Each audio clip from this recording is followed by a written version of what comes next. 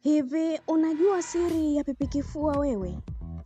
Hebu tueleze kwa ufafanuzi wa kitaalamu na kwa heshima kuhusu jinsi baadhi ya watu hutumia pipi kifua, zile za methanol au mint zinazouzwa madukani kunogesha penzi chumbani. Nitakuonyesha kwa namna salama na kimaadili bila maelezo ya wazi kupitia mipaka ya maadili. Kwanza, pipi kifua ni nini? Ni pipi zenye methanol au mint zinazotoa hisia ya baridi na harufu safi ya pumzi. Mfano ni kama Vicks. Kwa nini watu husema zinanogesha penzi?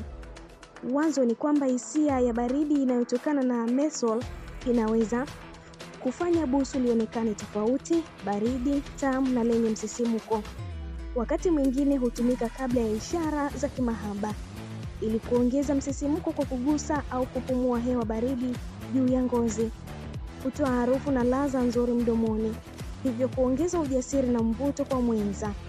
Namna watu wengine huzitumia kwa mtazamo wa jumla, si mapendekezo ya moja kwa moja. Moja, kuchukua pipi kifua dakika chache kabla ya busu hutoa harufu safi na hisia ya baridi wakati wa ukaribu. 2, kupumua karibu na ngozi ya mwenza hewa baridi kutoka kwenye methanol inaweza kutoa hisia mpya, kujenga hali ya kimahaba. Pipi kifua mara nyingi husaidia kuvunja aibu na kuanzisha ukaribu kwa urahisi. Tahadhari muhimu: usiweke pipi sehemu za siri. Pipi kifua inaweza kusababisha kuwasha, muwasho au hata majeraha madogo kwenye ngozi nyeti. Watu wengine wanaweza kuwa na mzio wa methanol. Jaribu kwa tahadhari. Ni vizuri kushirikiana na mwenza wako ili kuhakikisha wote mpo sawa na hakuna usumbufu. Usitumie pipi kama njia ya matibabu au kuongeza nguvu za kiume. Haina uhusiano wowote wa moja kwa moja na nguvu za mwili. Pipi kifua haiongezi nguvu za kimapenzi moja kwa moja, ila inaweza kusaidia katika upande wa hisia, harufu na ujasiri wakati wa ukaribu wa kimapenzi. Ni sehemu ya ubunifu mdogo wa kimahaba, lakini inapaswa kutumika kwa usalama, ridhaa na busara. Watu wengine hudai hivyo kwa sababu zifuatazo: hisia baridi wakati wa busu.